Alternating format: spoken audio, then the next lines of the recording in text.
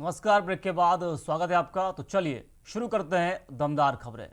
UP के वित्त मंत्री सुरेश खन्ना आज योगी सरकार का 5वां बजट पेश करेंगे। बता दें कि अगले वर्ष विधानसभा चुनाव से पहले किसानों, युवाओं, महिलाओं व श्रमिकों के साथ सभी वर्गों को साधने का यह आखिरी मौका होगा। सुरेश खन्ना ने बीते शाम अपने सरकारी आवास पर अपर मुख्य सचिव वित्त एस राधा चौहान के साथ वित्त वर्ष 2021-22 के बजट प्रस्तावों को अंतिम रूप दिया है। ये बजट 11 बजे विधानसभा में बजट पेश किया जाएगा, यानी कि बस कुछ देर बाद बजट पेश होगा। वहीं बजट 5.5 लाख करोड़ रुपए से अधिक का होने का अनुमान है। वित्त मंत्री ने कोविड-19 महामारी का दबाव झेल रही अर्थव्यवस्था और लंबे किसान आंदोलन की गूंज के बीच बजट तैयार किया है। इसके अलावा युवाओं को लैपटॉप व किसानों को ब्याज मुक्त फसल ऋण जैसे बड़े बजट खर्च वाले कई चुनावी वादे अभी अधूरे हैं। किसान और युवा इसके पूरे होने का इंतजार कर रहे हैं।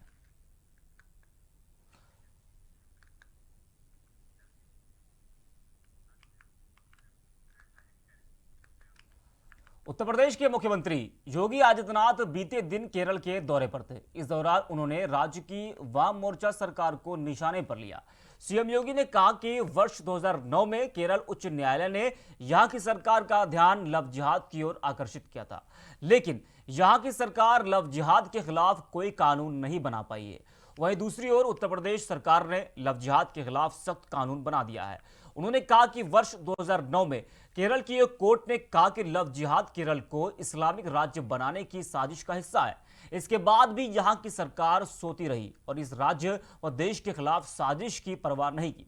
लव जिहाद के खिलाफ कोई प्रभाव कानून नहीं बनाया गया, इसलिए केरल में भाजपा की सरकार चाहिए।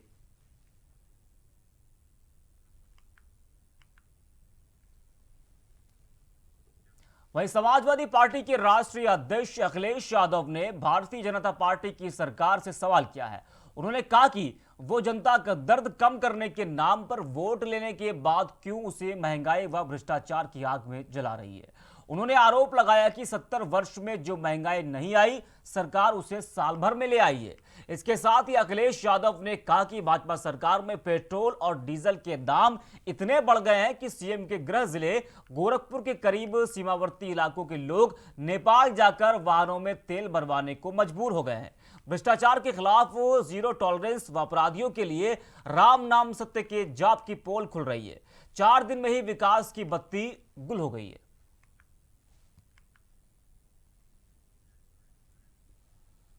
बढ़ते आगे, प्रदेश प्रभारी प्रियंका गांधी वाड्रा प्रयागराज पहुंची थी, जहां पार्टी कार्यकर्ताओं ने प्रियंका गांधी का जोरदार स्वागत किया।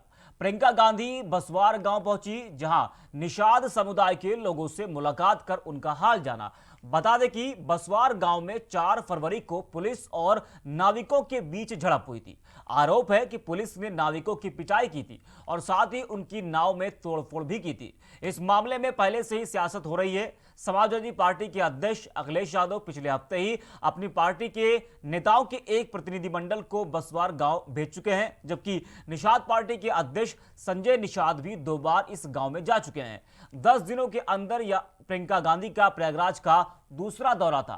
प्रियंका गांधी वाड्रा बसवार गांव में उपस्थित सैकड़ों महिलाओं पुरुषों को संबोधित करते हुए कहा कि अगर कांग्रेस की सरकार आई तो निषाद समुदाय के लोगों को सबसे पहले बालू खनन का पट्टा दिलाने का काम करेंगे।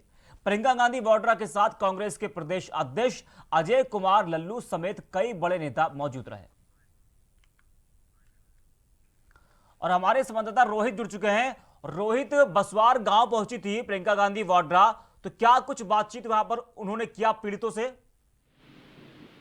जी, बताना चाहेंगे प्रियंका गांधी वाड्रा बसवार गांव निषाद समुदाय के लोगों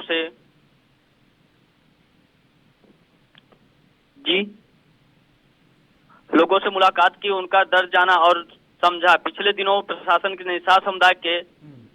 निषाद समुदाय पर लाठीचार्ज किया गया था, जिसमें 2 दर्जन से अधिक महिलाओं समेत लोगों को चोट आई थी। बालू खनन कर रहे लगभग सैकड़ों लोगों पर उन पर मुकदमा दर्ज किया गया था। रोहित, 10 दिनों के अंदर प्रियंका गांधी वाड्रा का प्रयागराज में ये दूसरा दौरा है, तो क्या आपको लगता है कि 2022 का चुनाव जिस तरह से बेहद करीब है, तो लगातार प्रियंका गांधी वाड्रा उत्तर प्रदेश के तमाम जिलों का दौरा कर रही हैं और एक एक जिलों में दो दो बार जा रही हैं वो। जी, बता दें कि संगम स्नान के बाद चुनावी बिगुल फूंक गई थी और 10 दिन के अंदर प्रियंका गांधी दोबारा प्रयागराज में आने का उद्देश्य उनका यही है, अपनी चुनावी पंचायती चुनाव को। ठीक है रोहित, आपका धन्यवाद जुड़ने के लिए हमारे साथ।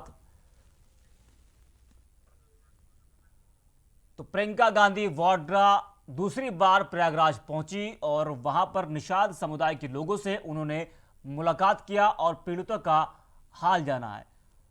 तो ये दूसरी बार है जब प्रियंका गांधी वाड्रा प्रयागराज पहुंची है और संगम नगरी में प्रियंका गांधी लगातार दूसरी बार उन्होंने दौरा किया।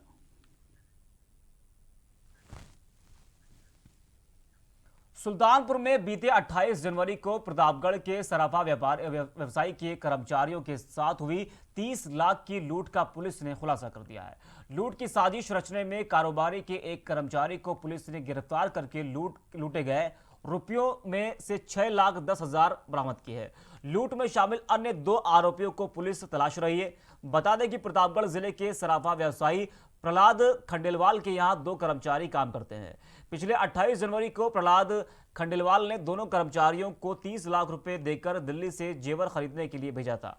दोनों कर्मचारी सुल्तानपुर जिले के पयागीपुर के पास पहुंचे और वहां से ई रिक्शा पर बैठकर अमहट जा रहे थे। रास्ते में बाइक सवार 2 बदमाश 30 लाख रुपए लूट कर फरार हो गए थे। पन्नालाल सोनी की तहरीर पर लूट का मुकदमा दर्ज कर पुलिस तफ्तीश में जुट गई है। वहीं देश के 6 राज्यों में एक बार फिर कोरोना संक्रमण बढ़ने के बाद केंद्र सरकार ने सभी राज्यों से जांच का दायरा बढ़ाने का निर्देश दिया है।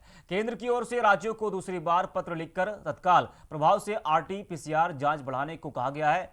साथ ही रैपिड एंटीजन जांच नेगेटिव आने पर RT-PCR जांच अनिवार्य करने को कहा गया है। राज्यों को सख्त हिदायत दी गई है कि इसमें कोई कोताही नहीं होनी चाहिए। साथ ही संक्रमण फैलने से रोकने के लिए कंटेनमेंट जोन में लापरवाही नहीं बरतने को कहा गया है।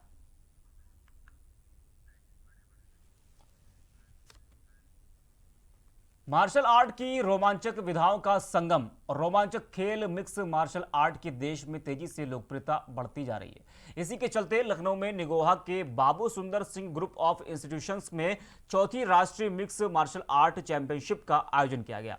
इस दौरान खिलाड़ियों के उत्साह बढ़ाने के लिए दिग्गज फिल्म स्टार सुनील शेट्टी पहुंचे हैं, जहां उन्होंने इस अवसर पर खिलाड़ियों से मुलाकात की और खुद खिलाड़ियों के बीच पहुंचकर मुकाबलों की शुरुआत कराई। मिक्स मार्शल आर्ट के गुडविल एम्बेसडर सुनील शेट्टी ने इस अवसर पर खिलाड़ियों के हौसले की सराहना की और कहा कि मिक्स मार्शल आर्ट के निरंतर अभ्यास से खुद को फिट बनाए रखे। उन्होंने कहा कि मैं खुद खेल से जुड़ा हूं और इस आयोजन में आना मेरे लिए काफी रोमांचक रहा है। 60 साल की उम्र में भी अपनी फिटनेस से एक मिसाल पेश कर रहे हैं। सुनील शेट्टी ने कहा कि लखनऊ में इस आयोजन में आना काफी अच्छा रहा और मैं खिलाड़ियों के लिए हरदम तैयार हूं। जब जब मुझे बुलाया जाएगा तब तक खेल के लिए आता रहूंगा।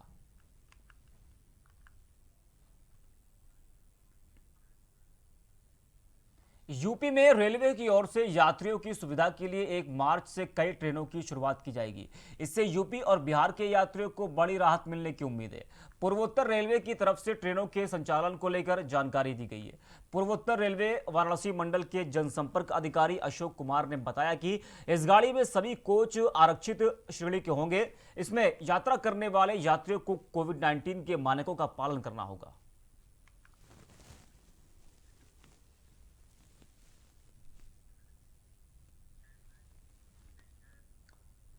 मुख्यमंत्री योगी आदित्यनाथ के निर्देश पर प्रदेश भर के परिषदीय विद्यालय पूर्व की तरह 1 मार्च से बच्चों के लिए खुलने जा रहे हैं। सीएम योगी के निर्देश पर नौनिहालों के स्वागत के लिए स्कूलों में तैयारियां शुरू हो गई है। स्कूलों को रंगीन गुब्बारों, फूलों और झालरों से सजाया जाएगा ताकि महीनों बाद जब बच्चे स्कूल में कदम रखें तो उनको एक नया माहौल मिले, पढ़ाई के लिए नई ऊर्जा मिल सके।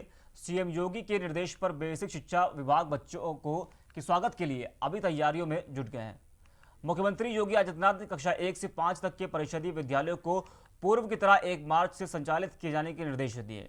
कोरोना वायरस के संक्रमण की वजह से 1 साल तक ऑनलाइन पढ़ाई करने वाले बच्चों को अब जब स्कूल पहुंचेंगे तो उनको बहुत ज्यादा बदलाव दिखाई देगा।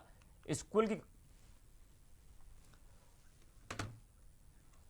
और इस खबर पर हमारे संवाददाता आशुतोष जुड़ चुके हैं। आशुतोष, 1 मार्च से स्कूल खुलेंगे तो क्या कुछ तैयारियां हैं?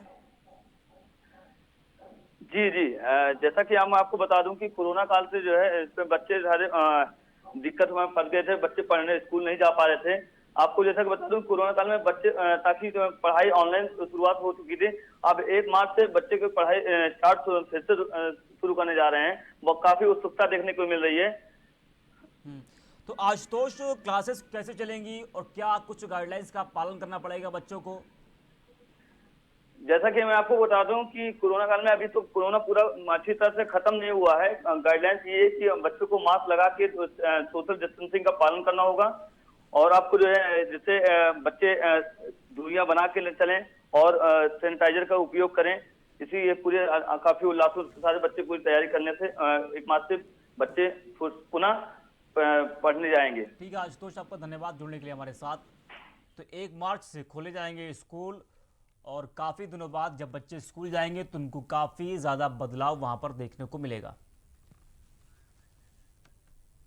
यूपी की राजनीति में 22 फरवरी को नया अध्याय जुड़ने वाला है। 22 फरवरी को योगी आदित्यनाथ अपना 5वां बजट पेश करने जा रहे हैं। योगी आदित्यनाथ सरकार उत्तर प्रदेश के इतिहास का सबसे बड़ा बजट पेश करने जा रही है, यानी कि आज उत्तर प्रदेश का सबसे बड़ा बजट पेश होगा। उत्तर प्रदेश की रिकॉर्ड तोड़ सरकार के नाम एक और रिकॉर्ड शामिल होने जा रहा है।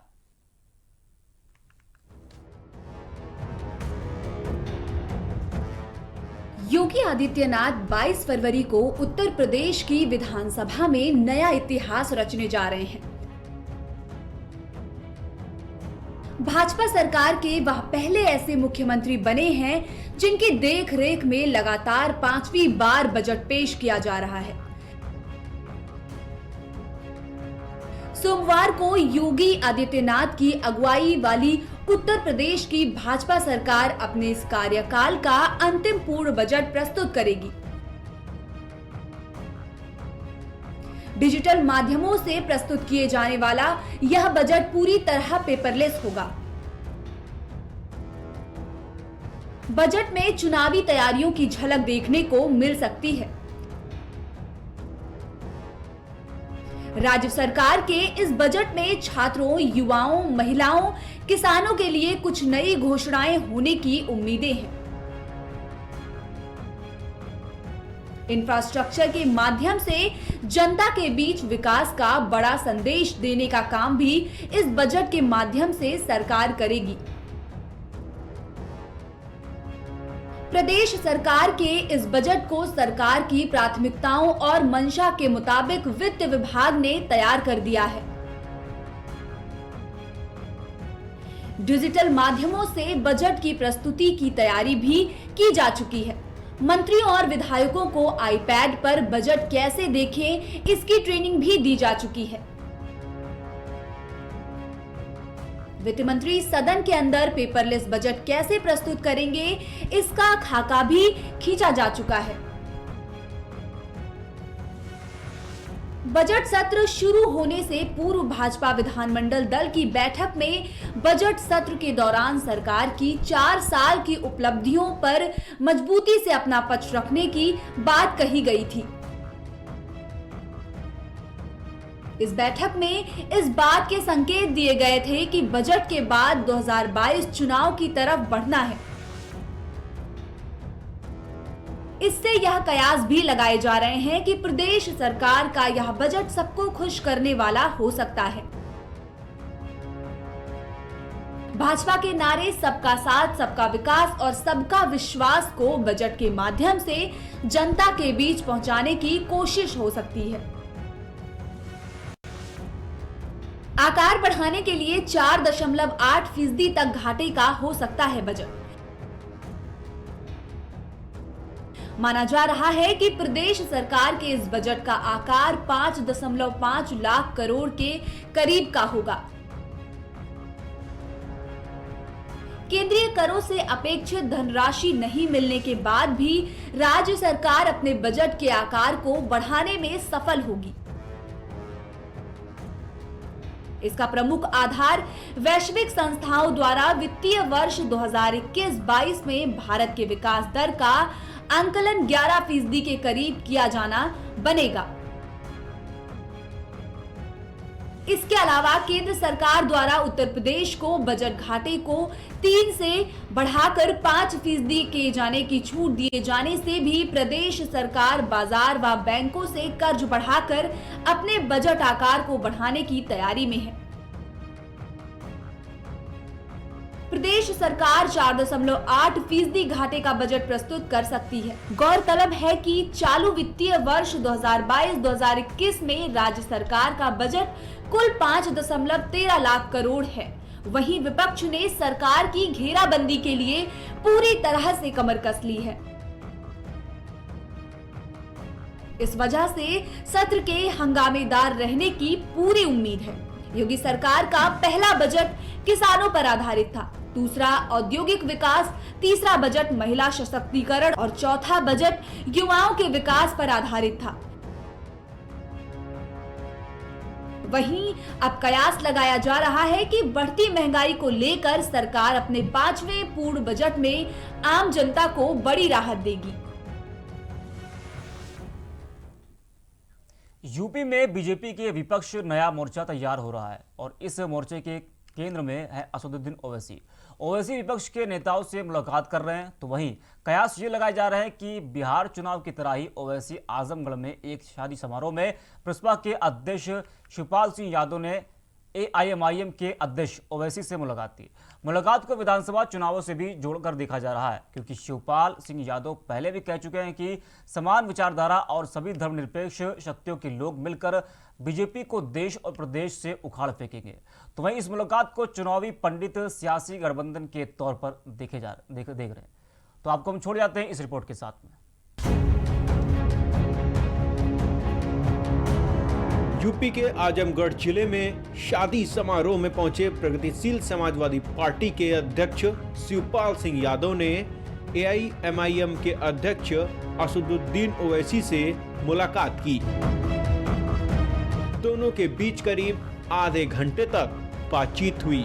इन दोनों नेताओं की मुलाकात यूपी में 2022 में होने वाले विधानसभा चुनाव के लिए नए सियासी गठबंधन के तौर पर देखा जा रहा है। ओवैसी और शिवपाल यादव AIMIM के प्रदेश अध्यक्ष शौकत अली की पुत्री की शादी में शामिल होने के लिए माहौल कस्बे में पहुंचे थे। इस मुलाकात के बाद शिवपाल यादव ने कहा कि वो शादी समारोह में आए हैं, लेकिन उनकी AIMIM के अध्यक्ष ओवैसी के साथ बैठक हुई है। उन्होंने कहा, हम पहले ही कह चुके हैं कि समान विचारधारा और सभी धर्मनिरपेक्ष शक्तियों के लोग मिलकर भारतीय जनता पार्टी को देश और प्रदेश से उखाड़ फेंकेंगे। यूपी में 2022 के विधानसभा चुनाव में बीजेपी को हराने के लिए समाजवादी परिवार को एकजुट होने की जरूरत है। हमने SP अध्यक्ष अखिलेश यादव से भी कहा है कि सबको एकत्र करें और उसमें हमको भी साथ लें। शिवपाल ने यह भी कहा कि अपनी पार्टी का विलय वो किसी भी सूरत में SP में नहीं करेंगे, बल्कि SP के साथ गठबंधन करेंगे। उल्लेखनीय है कि उत्तर प्रदेश में 2022 के विधानसभा चुनाव को लेकर छोटे दलों ने गठबंधन की पहल की है। सुहेल देव भारतीय समाज पार्टी के अध्यक्ष ओम प्रकाश राजभर और AIMIM के अध्यक्ष ओवैसी के बीच पहले ही साझा कार्यक्रम के तहत चुनाव लड़ने की बात तय हो चुकी है। राजभर इन दिनों भागीदारी संकल्प मोर्चा के बैनर तले छोटे दलों को एकजुट करने में जुटे हैं और पिछले दिनों उन्होंने शिवपाल यादव से भी इस सिलसिले में मुलाकात की थी। SP अध्यक्ष अखिलेश यादव ने भी कहा था कि 2022 के चुनाव में वो छोटे दलों के लिए दरवाजा खुला रखेंगे। ओवैसी ने कुछ महीनों पहले सुहेल देव भारतीय समाज पार्टी के ओम प्रकाश राजभर से मुलाकात भी की थी। इस दौरान ओवैसी ने कहा था कि हम मिलकर काम करेंगे। इस साल जनवरी महीने में ओवैसी ने पूर्वांचल का दौरा किया था। इस दौरान उन्होंने अखिलेश यादव पर हमला करते हुए कहा था कि जब प्रदेश में अखिलेश यादव की सरकार थी तब उन्हें यूपी आने से 12 बार रोका गया। उन्होंने कहा था बिहार विधानसभा चुनाव में अच्छा प्रदर्शन करने के बाद हम पश्चिम बंगाल में भी चुनाव लड़ेंगे। इसके बाद प्रदेश में जन सहभागीदारी मोर्चा के साथ मिलकर मैदान में उतरेंगे। इसके लिए हम पूर्वांचल में अपनी सक्रियता बढ़ा रहे हैं। हम एक एक कर हर जनपद में जाकर अपनी पार्टी के अहम कार्यकर्ताओं और आम लोगों से मिलेंगे। गौरतलब है कि पिछले साल हुए बिहार विधानसभा चुनाव में सभी को चौंकाते हुए 5 सीटों पर जीत दर्ज की। इस सीट के बाद से ही पार्टी के कार्यकर्ताओं के हौसले बुलंद हैं। बंगाल में इसी साल होने वाले विधानसभा चुनाव की तैयारी भी AIMIM ने शुरू कर दी है। Output desk, prime TV.